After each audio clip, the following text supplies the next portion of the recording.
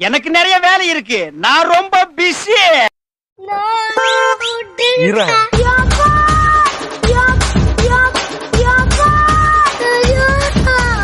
வாய கூட்டுறா, வாய கூட்டுறா, வாய கூட்டுறா.